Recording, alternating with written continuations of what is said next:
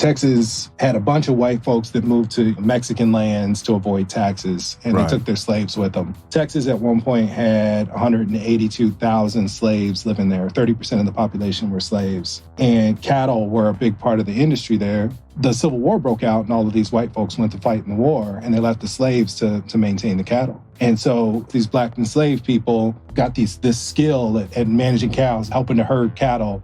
And when slavery ended, they were hired as cowboys. They were hired to sort of maintain these cattle. And then at the end of slavery, there was an interest in cowboy culture that then became rodeo. Mm-hmm. So they moved from doing real cowboy work to doing cowboy shows. And so all of these handy gunmen would do gun tricks. And all of these really rough and tumble cowboys would rope calves, and they would ride bulls, and they would do a lot of the activity that they learned working cattle, but they would do it for money. They would do it in these shows. Welcome to Wow Black, a seriously opinionated podcast, bringing you the real and raw on anything happening while Black. If Black culture's there, we're there. If you're pissed or empowered, then let's talk about it. Ride with us on this all Black everything. Everybody, welcome back to Wild Black. Welcome back, people. Welcome once again. Listen, today is one of those topics that I guarantee you, before you looked at the name of this episode, whatever that may actually end up being, you never took the time to think too deeply about what we're talking about today. So I'm gonna jump in with a little information. Now, did you all know that the term cowboy has its origins firmly rooted in American slavery? The name cowboy began as a term specifically reserved for Black enslaved ranchers, while their white counterparts were referred to as cowhands versus cowboys. Now, the work of a cowhand or a cowboy was at the time something akin to picking cotton, which meant that the white boys were not trying to do it. Yet, American history in the TV and film industry will have you to believe that the American cowboy was white. But we are here today to tell you that they indeed are not. Now, it's not that white folks didn't participate in the work, because they did, but the numbers reported skew the truth. In reality, during this time frame, we were seen as machinery. So in order to avoid higher taxation, when the census counters came around, many enslaved folks, including cowboys, were hidden in order to keep costs low. Now, with the rise of TV and film came the extreme Christopher Columbusing. I got that word right, and I made that up. Came the extreme Christopher Columbusing and whitewashing of our history, which I know sounds familiar. We became familiar with names like Roy Rogers, the Marlboro Man, Clint Eastwood, and the Lone Ranger, but not names such as Nat Love, who was one of the best cowboys and an expert marksman. His style is what you see emulated in countless cowboy movies. Bill Pickett, another Black cowboy and inventor of bulldogging concept. That's when you see a cowboy jump off the back of a horse and wrestle a steer to the ground or wrestle a cattle to the ground by its horns. And possibly the most notable stolen figure was that of Bass Reeves, who was recognized as the world's best marshal, capturing over 3,000 convicts. Now, I know you've probably never heard his name before, but I guarantee you've heard the persona they stole from him. He was the Lone Ranger. The Lone Ranger was indeed Black. And I couldn't go forward without mentioning the fact that it wasn't just Black men. There were Black women as well. Joanna July had such an ability as a Black woman to take and tame wild horses that she was hired by the U.S. Army to teach and train. So today's intro was a little bit longer, but I wanted to hit you with that information because we're going against the grain of Hollywood. Today, we're not talking about John Wayne and his white supremacist views. We're not talking about the fake Lone Ranger. We're not talking about Roy Rogers. We're not talking about Clint Eastwood or the Marlboro Man. Today, we're talking about the truth, and the American cowboy is not white. So, we always have a dope-ass guest to go along with that, and today is no different. Today, I want to introduce Ivan McClellan. Hey, how's it going? Ivan is a photojournalist and Black American cowboy, using his photography to find the intersection of Black culture and American history. His experience with Black rodeos, Black cowboy history, and the merger with Western culture led to his work entitled 8 Seconds, Black Cowboys in America. And today we'll be digging deeper into our history as Black Cowboys and Ivan's work telling those stories. Ivan, brother, welcome to Wild Black, and sorry for my fumbling through today's introduction, but I did say it was going to be that day. Welcome, brother. Well, thanks so much. Yeah, I'm so happy to be on here. I can't even tell you. This is one of the most exciting things that I've done in my career, for real. Oh, that just means you got a bunch of amazing shit coming up next, because this ain't all that exciting. You got some great shit coming behind, bro. Look, this is just a room of Black folks talking about Black shit, so I guess that is pretty exciting. That is kind of dope. That is dope. That's extremely exciting. How many times we get to do that? Right.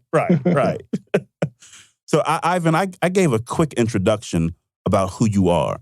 Tell the folks just a little bit more about yourself, and then we'll jump into this Wild Black shit and get going. I'm a designer and a photographer. I do design for most of my money, and I just started getting paid to do photojournalism. So I've started doing reporting for different publications. I've done work partnerships with commercial brands like Wrangler and Stetson. But mostly I'm a storyteller. That's what I've always done, and that's been the core of everything that I've done. So I was an actor straight out of high school, did theater in New York, and then got into design and really got into telling narratives, telling stories for brands. And then as a photographer, I really dug into telling stories of people that often don't get their stories amplified. And so that's what I'm currently doing on this Black Cowboy project. Yeah, I feel you. Ivan, I got one. You said you were an actor. You weren't doing porn, were you? No porn. Okay, no, just checking. Just checking, brother. Just checking. Ain't nothing wrong with porn. Hey, we got to get our money where we can get it. I tried. I'm too hairy. No. No, I was doing, I did a lot of theater. I did musical theater. I did some Shakespeare. Just was grinding it out, was working. I was proud to say as an actor that I never was a waiter. I always got my money as an actor. So whether it was children's theater, whether it was commercials, whatever I had to do to make ends meet, that's what I did. Love it. Makes sense.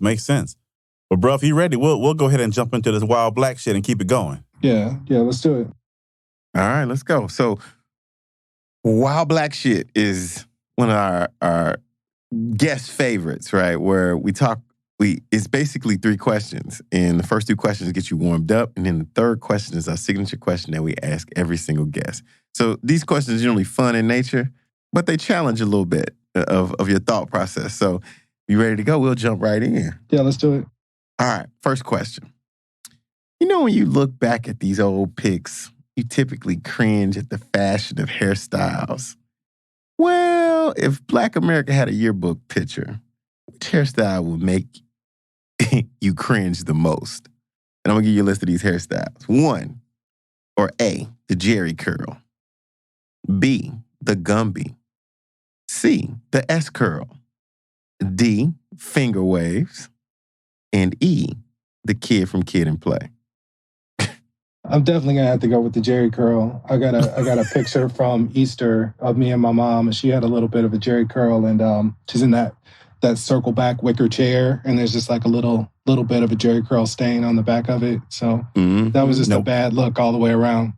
We gotta dig and just make sure we understand, right? Because you said Easter. You ain't talking about this past Easter, are you? No, I'm talking about Easter in 1988. Making sure you ain't have mama still rocking the Jerry curl in the wicker back chair right now. No. Hey, they still make Jerry curls, the kids. And the wicker back chairs, I think. So we can recreate that shit.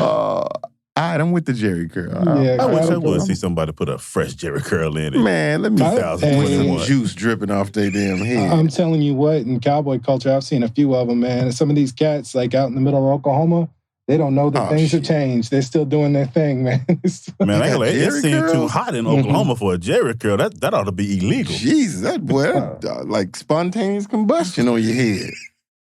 All right, second question. This is a segment called That's Mighty Black of You. That's mighty black of you, sir. Mighty black of you today. It's 3 quick-hit multiple-choice questions. First one. What did most Black grandmas cook on Friday? Fish, okra, spaghetti, or ain't cooking tonight?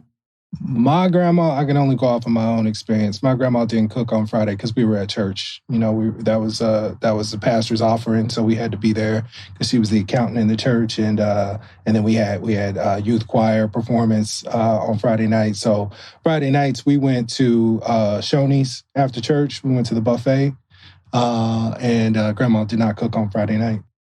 Well, Ivan, that might be the blackest answer we've ever had. The fact that you in church on Fridays and then the international Negro restaurant Shoney's. Correct. Negroes was in some goddamn Shoney's. Boy. You definitely was in the South. Right. We was in some damn Shoney's. We might have to explain what Shoney's is to our listeners, because I don't think everybody even know what a Shoney's is. This motherfucker's Googling Shoney's right now. You got the Shoney's placemat with the bear on it, man. If you don't know about Shoney's, we can't be friends, man. Shoney's big boy. Yeah. Right. Man, right. my joint at Shoney's used to be that chocolate cake that was a perfect square that was layered with the ice cream. That was in the fudge. Boy, that thing was crackalicious. All right, the second question. Which song is a staple at any black family cookout or outdoor festival? Rock You Tonight, Freddie Jackson, Never Too Much, Luther Vandross, Before I Let You Go, Frankie Beverly and Maze, and now Beyonce. Right. And Billie Jean, MJ. Never too much. Never too much. Never too much. Never too much. That's as soon as you said it, I was just like in my head. Like, I was like, you from a singing family. You got a singing background. Matter of fact, it almost came out. Yeah, I was about to sing the whole thing just now, but yeah, let's go ahead and move past it. Never too much has got to be played at the cookout. Yeah, you play that all day, man. Is that Skinny Luther? Nah. No, that's Big Luther. Fat ass Luther. Yeah. Right there. Yeah. All right, third question. What do black folks say when they're ready for you to leave their house? Can you leave, please? Get to stepping. What you finna do? Well.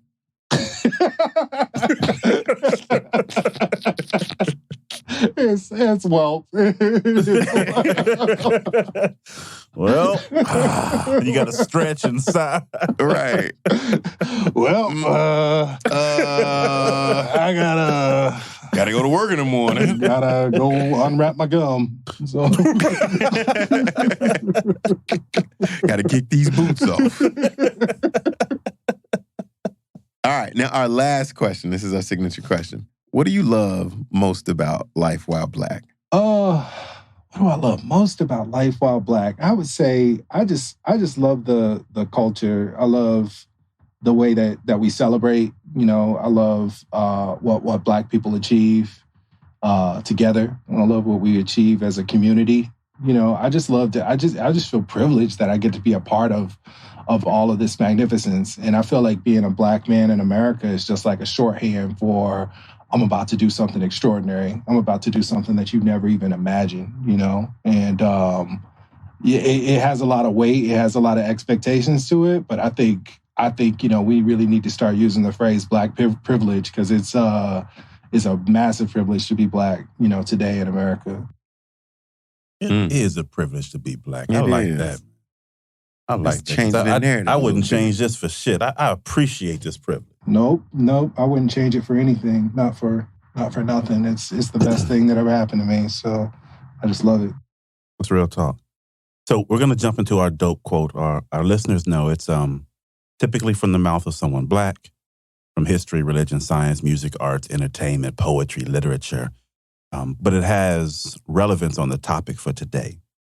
So I'm gonna read that quote to you and get your thoughts on it. We didn't write the books. We didn't produce the movies. So we were politely deleted. There's an absence of the black cowboy recorded in the history of the American cattle ranching industry.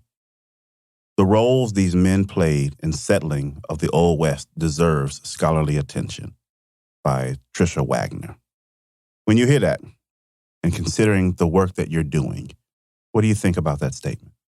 That's a big statement. I mean, that makes it feel like, I think a lot of times with my work, I just like forget that it's important. I forget that it has magnitude to it. But a quote like that says that, yeah, we're reframing narratives. We're honoring our ancestors who were forgotten by history in many ways, and the work that I'm doing has massive weight to it. It has big impact. And it really means something. So, yeah, that really brings it home for me. What we're trying to accomplish here. I liked it because as I began doing my research, I ran into a lot of information, and very, very transparently, I wasn't informed. Right, I watched what's the show on the movie that came on? Concrete Cowboys. Concrete Cowboys. Yeah, Concrete Cowboys. That was on Netflix. And I was entertained. I had no idea what was happening, right? I had no idea there were cowboys, black cowboys in the city, no less, city, right? Yeah. And then I began learning about like the Compton Cowboys. I had no idea. And I found out that there were groups of black cowboys in so many major cities. And that let me begin to dig into the history even more. And that's when I became acquainted with the understanding of where the term cowboy initially came from, and the way that we were treated in that particular industry. And as I began to research names and people and even places, right, coming into the understanding that the Lone Ranger was black, right? Yeah. This information like really opened me up, and I began really reading about it. So the first thing that I want to ask you is, in your research, I know you've been digging into the history. I'd love if you could just talk through a couple of things that most folks don't know about black cowboys and our history in this country. Yeah, I mean, a lot of what you said is the important stuff, and you hit a lot of the kind of critical figures in this world. Nat Love sort of sits in the middle of things, and I think that his story is the most critical story because Nat Love could read and write. Nat Love wrote his memoirs. And so that's the direct, sort of word of mouth from a cowboy that we have that sort of talks about this culture and this time in history. And so Nat Love was born a slave. Nat Love, like many slaves, we have to go back to like Texas. And Texas had a bunch of white folks that moved to, Mexican lands to avoid taxes, and they took their slaves with them. Texas at one point had 182,000 slaves living there. 30% of the population were slaves. And cattle were a big part of the industry there. And the Civil War broke out, and all of these white folks went to fight in the war, and they left the slaves to maintain the cattle.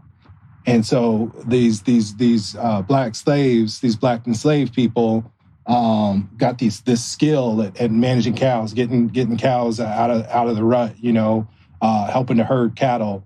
And when slavery ended, they were hired as cowboys. They were hired to sort of maintain these cattle. One of the critical pieces that made the cowboy necessary and brought the cowboy into existence was the fact that there wasn't barbed wire. And so there wasn't barbed wire. There weren't trains. And so you had to hire these hands to move your cattle from place to place and to maintain your cattle. And when barbed wire was invented, all of that ended, and all of these cowboys disbanded and became, waiters and porters and stevedores, and they became more assistant kind of roles. Right. And real quick, just for an understanding perspective, when you say that barbed wire came about and kind of flipped the black cowboy industry, if you can call it, on its head, that's because prior to the barbed wires, it was the black cowboys who kept the cattle and the herd contained. Is that right? Exactly. Okay. In Texas, you had millions of cattle, and you couldn't tell whose cattle was who besides the brand. And so to keep your cattle maintained, you had cowboys out there herding these cattle all day. And then when they were bringing cattle from Texas to the north, when people would purchase cattle, they didn't have refrigeration, they didn't have trains, And so they would ship the cattle alive, and these cowhands would drive the cattle, hundreds of miles through Native American territories. Oh shit! It was like That's a really dangerous. Really, it was the dangerous job. And so you not only had to be like adept at like maintaining cattle, but you had to be handy with your gun. You had to be quick. You had to know the territories. You had to know when you were in danger. And then a lot of these black folks came into towns where it was hostile, where they couldn't eat at restaurants, where they couldn't drink at bars. And so they were the toughest of the tough, the grittiest of the gritty in this world. And Nat Love did this. He was one of these cowboys that herded cattle across the land. And then after barbed wire was invented, Nat Love ended up working on the train. He hated it. And then at the end of slavery, there was an interest in cowboy culture that then became rodeo. So they moved from doing real cowboy work to doing cowboy shows. And so all of these handy gunmen would do gun tricks, and all of these really rough and tumble cowboys would rope calves, and they would ride bulls, and they would do a lot of the activity that they learned working cattle, but they would do it for money. They would do it in these shows. And Nat Love ended up doing that. His name was Deadwood Dick. And he was cold-blooded. He was cold-blooded. His saddle bronc ride. Did Nat do porn? No. Shit. Damn, Nat. He probably would have if it would have been around. Deadwood Dick, yeah, he was the man. And then you ended up with, a man who was born free. Buffalo Bill, not Buffalo Bill. Buffalo Bill was a white man. Bill Pickett. Who would grab a steer, bite it on the lip, and then pull it down to the ground. And that was his signature trick that he would do in Western shows and rodeos. And Ivan, hold on a second. Did you say he bite it? He would bite it by the lip? Yeah. So he invented a sport called bulldogging. Right. And you would have a bulldog on your farm, and when a steer got loose, the bulldog would run the steer down. Oh, bite its lip, bulldog. And pull it down to the ground. Yeah. Gotcha. And so would do it. And so Bill Pickett emulated the bulldog, and he would ride on a horse along the steer, grab him by the jump horns. off. Okay. He would bite it on the lip, just like a bulldog would, and he would wrestle it on the ground. So yeah, he would bite it on the lip, get snot all over his face, and then pull the steer down to the ground. And he did this in shows, and the white folks would go crazy. They loved to see it. That was his signature move. Hey, Bill was not to be fucked with, huh? He was not. I'm not trying to mess with nobody who can do that. Bill had dentist bills. He was his whole situation was messed up. But I thought he was just grabbing them by the horns and I didn't know he was out there biting them, folks. So bulldogs used to bring down cows. Yeah, no, I had no idea. Yeah. Damn. What is it? Something special about the lip or something? Or? It was just shocked. It was shocked the steer. The steer was like, "Are you really biting my lip?" And then it would just fall down on the ground because it was just the craziest thing you could do to it. Let me just take a second. If somebody ran up and bit your lip, what you gonna do? Depending on how she looked.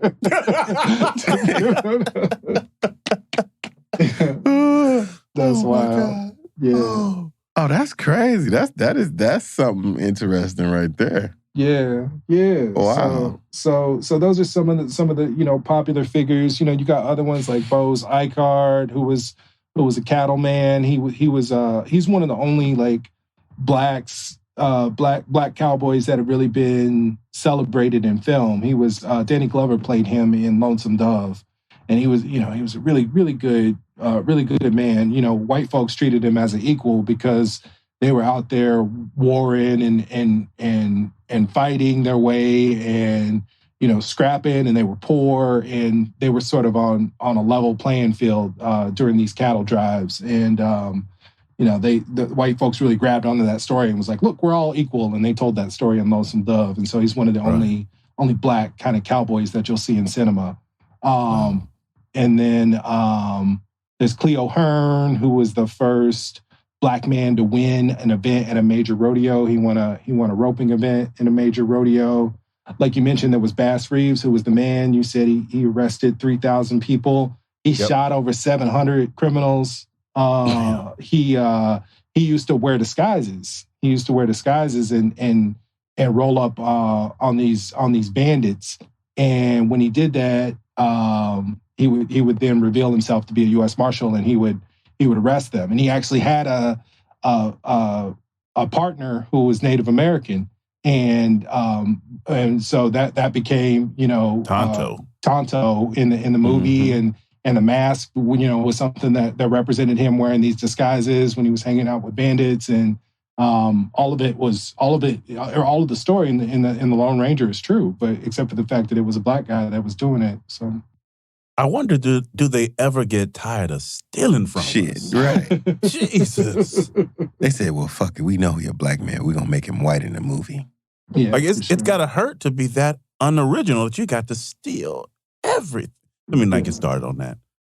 Ivan, that's an incredible history, right? And in this conversation, I learned more than I did in my research. So I guess the first question about this is, for people listening now who are eager and interested to learn more, or just Black history fanatics, where can they go? Because I mean, these stories aren't being told every day, right? The Concrete Cowboy was one of the more recent examples that I can really come up with. But where can people go to get this information, to learn more about this history? It's easier to find now than it had been for a long time. There's a lot of articles being written about it. There's a documentary on Netflix right now called High on the Hog, and I think it's the fourth episode. That's real good. The fourth episode of that talks about Black cowboys, and there's a Black Cowboy museum ran by a man named Larry Callies, and he's in High on the Hog. He doesn't have a voice. He used to be a singer, but he lost his voice, and he's got a Black Cowboy museum down in Rosenberg, Texas, and I went down there and learned a lot. Like he's got the history like locked down. He's got all the artifacts. He knows more than anybody. So if you find yourself in like Houston, like check his museum out, because he's got a lot of good information. There's a writer named William Katz who's written over 40 books about Black cowboys. Check out his book called The Black West. If you want to learn more, that's really good information. There's a couple of Black Cowboy podcasts. I can't think of the names right now. My work really doesn't focus on the history at all, but it focuses on what's going on right now. Well, brother, you definitely show the respect to the history, because you've got a good grasp of it. We appreciate that. Yeah, thank you. I appreciate that. Yeah. Bill Pickett rodeos come to 6 or 7 cities a year. They go to Oakland, they go to Atlanta, they go to Nashville, and the Bill Pickett Rodeo really honors the history and the legacy of Bill Pickett. And you can pick up a lot of the history there and sort of see the events now. Well, I'm looking up the Bill Pickett Rodeo right now, because we are in Atlanta. Yeah, it comes to Atlanta every year, and it's a really exciting event. You got to go see it, seriously. Where did your interest in this come from? I grew up in Kansas, and we grew up on some land. We grew up on about 5 acres of land. We had a field behind our house. It was really a place of duality that I grew up in. Like in the back of our house, we would go back there. We'd run around in the field, and we pick blackberries, and we catch fireflies in mason jars. Like we would do all this country stuff. In the front of the house, there were gangs and dog fighting, and there was like housing projects and stuff, and a lot of the stuff that comes along with poverty like went down on the front side of our house. So it was weird. We grew up like country, and we grew up urban. We grew up in cityfied at the same time. And so we would, my grandma and them, they used to raise animals. They used to raise crops. And so that was part of like what we knew, but we thought about all of that stuff as like what poor people did. And we just sort of shunned that part of our lifestyle. Although we would see people riding horses, and I had friends in high school whose dads had chickens and cows and stuff like that. We just thought like them are country people, and we're going to kind of ignore what they're doing. But we would go to the rodeo. We would go to the big American Royal Rodeo every year in Kansas City. It was a barbecue cookout and a rodeo. My choir would sing the national anthem there. And that was a really good time. So I kind of had rodeo in my DNA, but really didn't pay much attention to it. I went off to New York, and then I moved to Portland. And when I was in Portland, everything got real white. I would go weeks without seeing another Black person sometimes. And I was working in tech, and it was just like a bad look. And I was at a party one day, and somebody tapped me on the shoulder, and I turned around, and there was a Black man standing there, a tall Black man, big afro. And he introduced himself. He said his name was Charles Perry and that he was a filmmaker. And he said that he was working on a film about Black cowboys. And I said, like, what? Like a Western? He said, no, like a documentary. And I didn't know anything about, the Black cowboy culture at the time. He invited me to come with him to a rodeo in Okmulgee, Oklahoma, in the middle of August. And I went down there and just saw thousands of Black folks riding horses, dancing. I saw women with long acrylic nails and braids, barrel racing.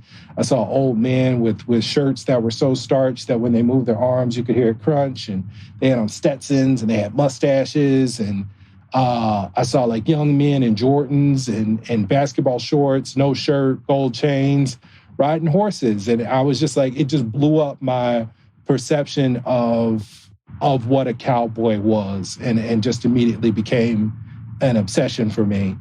I met a man named Robert Criff, and he was wearing a Kansas City Royals hat. And so I said, where are you from? And it turns out that he lived on the other side of the 5-acre field from where I grew up. There's a cowboy living back there. And he has horses. He runs a riding club called Down to Earth Riders. And he told me that half of the people at the rodeo that I was at were from Kansas City, Kansas. And it just immediately blew up my perception of home, away from this place of poverty and this place of violence to a place of where cowboys came from. And really, really changed how I interact with Kansas City now. When I go back to Kansas City, I hang out with cowboys and hang out with these riding clubs. And it's just a whole different definition of home. It makes sense.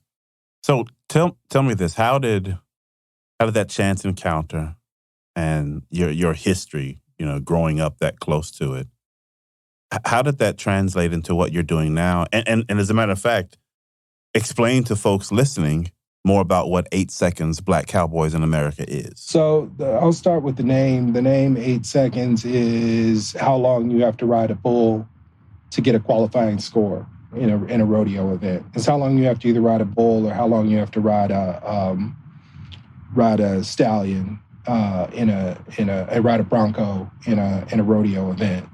Look, if we ain't talking about what OJ was in, I'm tapping out immediately. Yeah. I'm not getting on the back of any of them joints. That's probably a good idea, because it'll give you whiplash, it'll give you CTE, and all the rest of it over time. I don't know what CTE is, but most acronyms is bad. Sound like terminal brain damage. Right. Sounds like some bad shit. Exactly what it is. So 8 Seconds is just celebrating this part of the culture that really hasn't been amplified or observed. I didn't know anything about it, and I just loved going to these rodeos because it was a chance for me to be around Black people. I wasn't around any Black people in Portland, and so I just started going as a hobby. And I would take photos, and then I would just keep them on my computer. And whenever I was feeling separate from the culture, I would just click them and click through them and just enjoy those memories. And it wasn't until 2019 really that I started an Instagram, because my wife was kind of yeah, you spend a lot of money going to these rodeos. Maybe you should do something with these photos, and gave me a gentle nudge to start an Instagram. And when I started it, a lot of other people were like, what is this? I can't believe that this exists. This is amazing.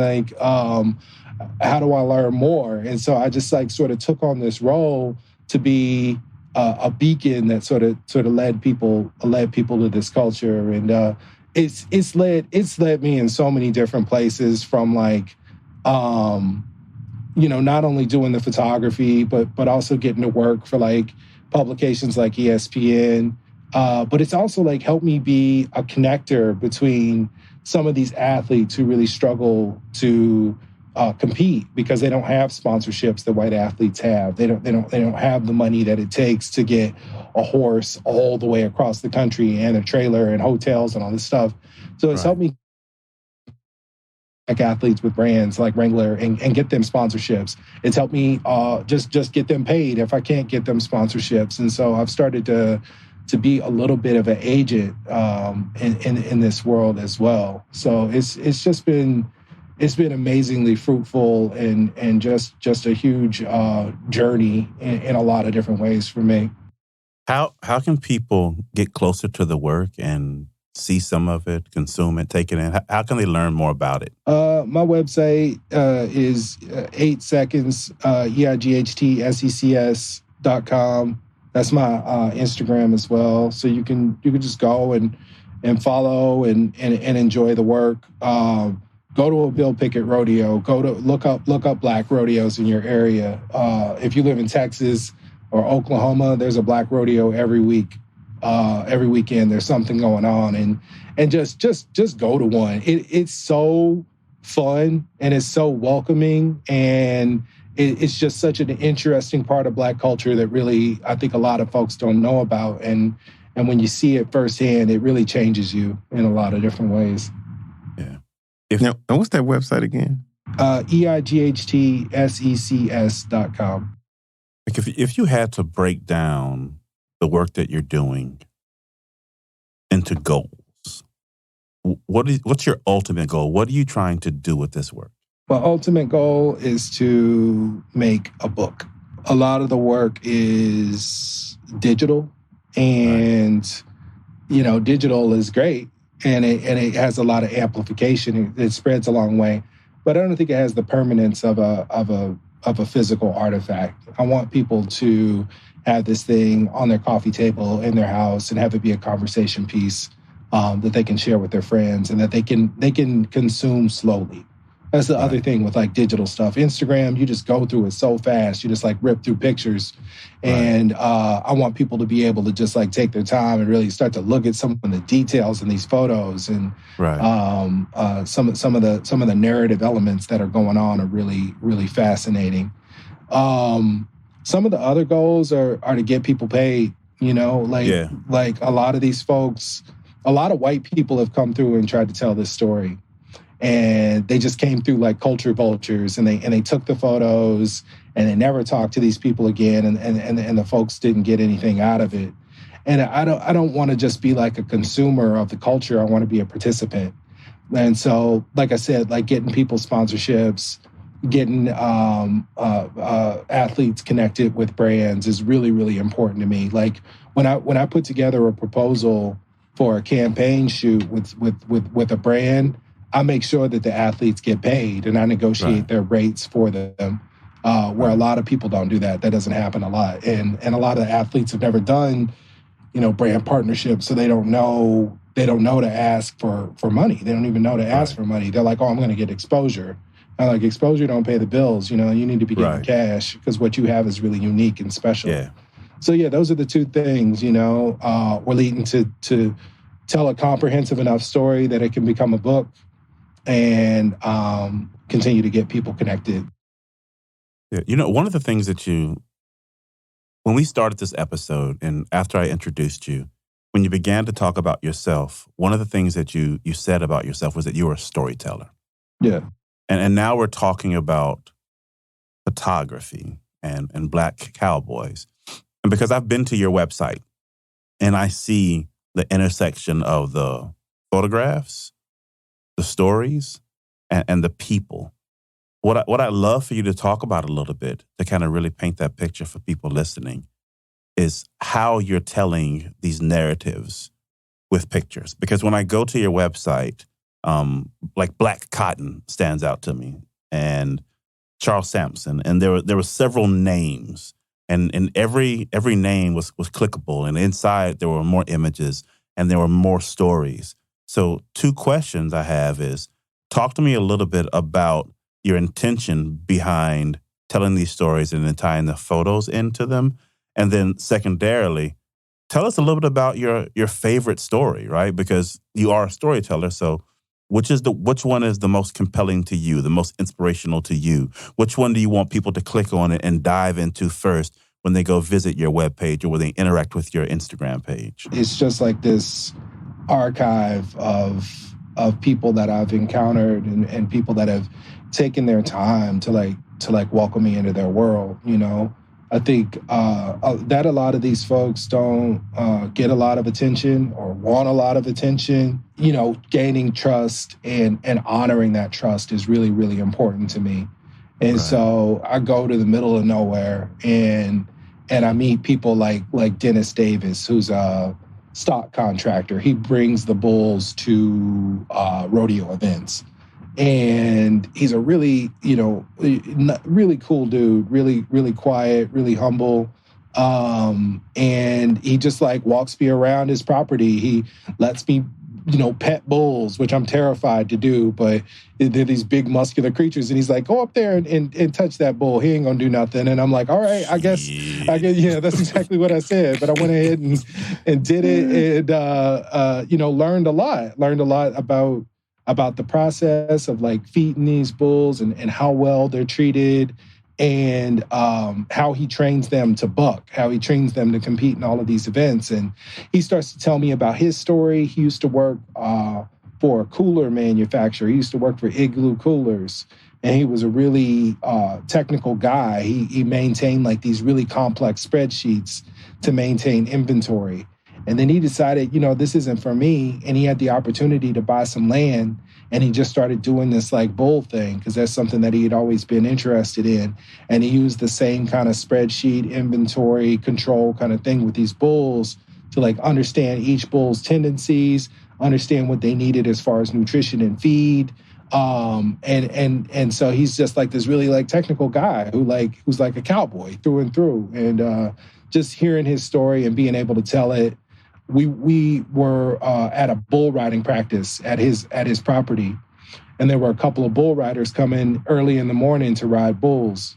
The night before, it rained 4 inches. I woke up, it was thunderstorming, and there was water up to the door of my car. And so I texted Dennis. I was like, "What's it like out there?" He said, "It's raining, let's rock." That's exactly what he texted me back. And so I drove out there and the bull riders were riding these bulls in the mud. They were getting filthy and disgusting. And so, for me, it's important to like take that story, take Dennis's story, take that experience and document it, write it down and put it out for the public to see. It's important to tell these stories because it's something that people don't know about. It's something that people don't know exists, today. Even if I say like there are Black cowboys, most of the stories that you read are going to talk about what happened in the 1800s and the early 1900s. They're not going to really talk about like what's going on exactly right now. So that's what my stories do is like really talk about people that are alive, talk about people that are thriving, that compete in this rodeo world. That you should know and that you should be rooting for because they're doing something extraordinary and going against all the odds and going against all the circumstances that they have against them. One story that you would have to read on there, that's a tough one because there's so many different elements of each story that I really appreciate. Two of my favorites right now are Kenesha and Courtney, Kenesha Jackson and Courtney Solomon. They're mother and daughter barrel racers.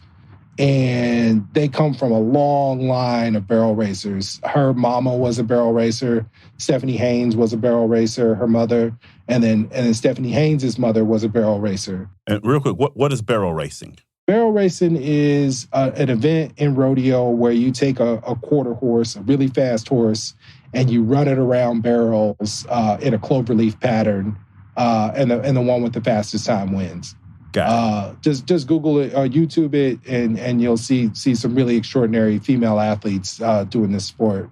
Courtney Solomon, the first time I met her, was really shy for about 10 minutes. And then she got on a horse and she started to do her barrel racing thing. And I said, so is it important to be really fast on your horse? And she said, it's not about how fast you go. It's about how smooth you ride. And then after that, she just opened up and just got really, really charismatic and really open. And we've become friends young. over the years. Yeah, she's 11. Yeah. And her mom was like 28. Her dad is a champion calf roper. They're just so like integral to this community, and they're so connected to the Black cowboy world that I always end up working with them, and I always end up seeing them at rodeos, and we've gotten close over the years for sure. So hearing you bring up Kenesha and Courtney, if I got those names right, yeah, made me wonder what's the penetration in the sport for Black women? You know, rodeo is still really male dominated. You know, a lot of the stories are led with are about men. I really make a concerted effort to tell the stories of the women. I really make an effort, you know, as I'm doing the layout and the storytelling in the book that I'm making. I'm like, you know, half of these stories need to be about women. That's important to do. Because it's easy to not do it, especially me as a man. I've got my own biases, and for a long time I was like, I don't really know what's going on with barrel racing. I just want to shoot bull riders, and that was sort of my lens. That was what I focused on, and so I had to really make an effort to elevate and tell more of the stories of the women. You know, women compete in a couple of events where men have a lot more opportunities. Men compete in about 5 rodeo events, and then women compete in the other 2. Women compete in barrel racing, and then they compete in a sport called steer undecorating, where you ride up alongside a steer, and you rip a piece of duct tape off of its back. I've seen that before. Yeah, it's a lot of fun. And it's the most country thing. I mean, one day somebody was like, put a piece of duct tape on that steer and go get it. You know, it's just like very, very like organic country sport. And so, you know, their opportunities aren't as many. Their sponsorships aren't as great. They don't get as much sponsorship money, but they're just as good at riding horses, you know, even better in a lot of ways, because barrel racing is such a technical sport that, you know, I really want to elevate that elevate those athletes and really honor them as well. What kind of money are people making doing this? It depends. You know, at a typical Black rodeo you'll go to, Boley Rodeo is going to be happening on August 7th, and I'll be there. You're looking at, if you win the event, depending on the event, and so you win a portion of the entry fees. Every athlete pays an entry fee. And you win a portion of the entry fees if you win the event. And then the rodeo adds cash to that. So for Boley, I think they add an additional $6,000 to the event. So you could walk away with like $2,000 if you win, $2,000 or $3,000 if you win.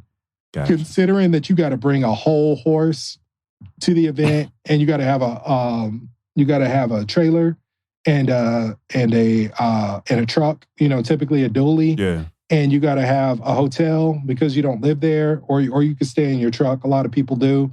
You're spending $500-$600 to get there, and then you got to pay $60 to $100 in entry fees.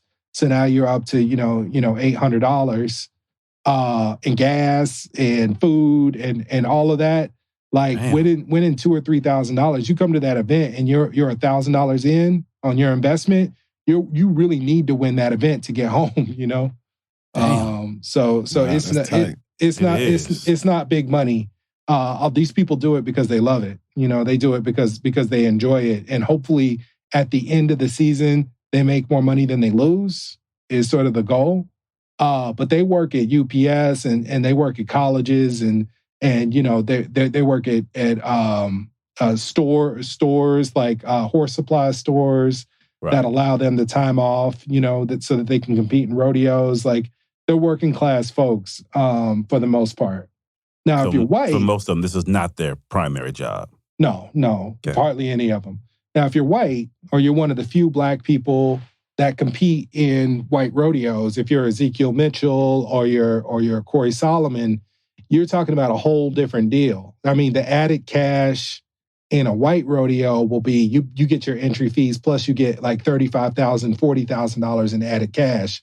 So you can walk away with 15 grand, 20 grand for winning an event. And then if you win the big money national finals rodeo, which is the Super Bowl of rodeo, you're talking about hundreds of thousands of dollars. So some of these guys, if they do really well on the professional rodeo circuit, they can become millionaires in a year. They can win $1 million in a season easily. So one quick question: you mentioned the difference in the black rodeos and the white. What's driving that? Is it public support? Is it admission price? Is it sponsorship? What's driving that significant difference in the benefits of both sides?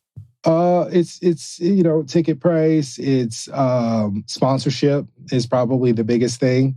The big white rodeos are sponsored by, the Wranglers and the companies like Wranglers and big Western brand companies like that, and manufacturing companies, DeWitt, stuff like that. Stanley, they sponsor these events. So you come in to a professional rodeo event in Colorado or Miles City, Montana, or something like that, and you see banners everywhere. You see everybody's logo, and they roll out a big Ford F-150 in the middle of the event and do like an event around that. Like, it's just a whole different level of support and sponsorship that elevates the rodeo. And then you have a lot of these athletes that compete, a lot of the white athletes that compete, and a lot of the boosters of the rodeos are from big ranches. They own hundreds of acres. And so they're involved in the rodeo boards, and they support and dump cash into the rodeos, and they dump cash into the white athletes that come to the rodeos as well. So it's just a whole different level where the black events just sort of happen more like family reunions. They're really loose knit. It's hard to find out when the black rodeos even are, because they don't have any money to market or promote it. And so I have to like dig deep. A lot of times I find out about the rodeo through word of mouth, because there really isn't a lot of information online. It's hard to find what it is. And you come there and it's like rodeo is sponsored by like somebody's daddy, and rodeo is sponsored by there's a photographer named Cowboy World, and he's one of the only other black rodeo photographers out there that's doing his thing. He sponsors the rodeo events to like get people to come to his Facebook, and they'll have his banner up. It's like J&E's accounting service. Like you don't see Wrangler, you don't see Boot Barn at those rodeos, and it's because of racism. Absolutely, just plain and simple. Cool. Well, we're starting to run low on time, so I want to ask one more question. Actually, it's not even a question. It's a statement that we do at the end of every episode. We always hand the mic over to our guest to close out the show. Tell our listeners whatever's on your heart to tell them, including, again, how to contact you, how to follow you, how to engage with your work. And then we'll close it out. So, Ivan, the floor is yours. You said what's on my heart. The first thing that I think about is my family. I spend a lot of time on the road. I'll travel every weekend if I can, until my wife goes like, all right, it's time for you to be home. Quit going to these damn rodeos. And I just hit that limit at the beginning of this month. So I've been at home for the last 2 weeks. And it's just really nice, being home with the kids and being home with my wife. She's a business partner, and she's my partner in life, and she's my partner in this whole endeavor and journey. And so I'm just really appreciative of her and appreciative that I have a family to come home to when I'm done kind of doing this stuff. As far as what I've got to promote, I've got a solo exhibition going on right now at the Buffalo Bill Center of the West in Cody, Wyoming. It's my first solo show. There's 43 photos of these folks, and then I've printed out their stories as well. So it's a lot of the same content that you'll see on the website in a big gallery space. So that's been really exciting. If for any reason you find yourself in Cody, Wyoming, go check it out. And then, yeah, go to the Instagram, which is 8Secks, EIGHTSECS.